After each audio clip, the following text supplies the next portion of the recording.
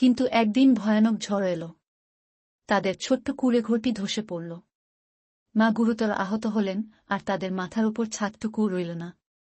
সাহায্যের জন্য কেউ এগিয়ে এল না। মায়া জানত, এখন সে আর কোনোদিন স্কুলে যেতে পারবে না। তবু সে হাল ছাড়ল না। দিনের বেলায় গৃহস্থের বাড়িতে কাজ করত, আর রাতে কুপি বাতির আলোয় পুরনো বইটি পড়ত। সময়ের সঙ্গে সঙ্গে সে পড়তে শিখল, লিখতে শিখল।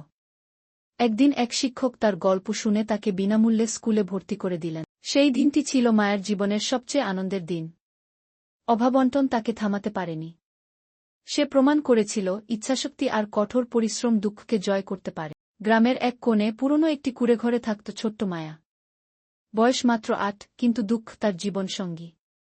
বাবা মারা গেছেন যখন সে খুবই ছোট ছিল, আর মা সারাদিন পরের বাড়িতে কাজ করে কোনোমতে দুবেলা খাবার জোগাড় করত। মায়ের একটাই শখ ছিল, স্কুলে যাওয়া। প্রতিদিন সকালে গ্রামের শিশুরা যখন ব্যাগ কাঁধে স্কুলের পথে হাঁটত, মায়া দূর থেকে দাঁড়িয়ে দেখত। তার খুব ইচ্ছে করত বইখাতা নিয়ে তাদের সঙ্গে হাঁটতে, ক্লাসে বসে পড়তে। কিন্তু দারিদ্র্যের কারণে সে কখনো স্কুলের দরজা পেরোতে পারেনি। একদিন মা তাকে একটি পুরনো বই এনে দিলেন।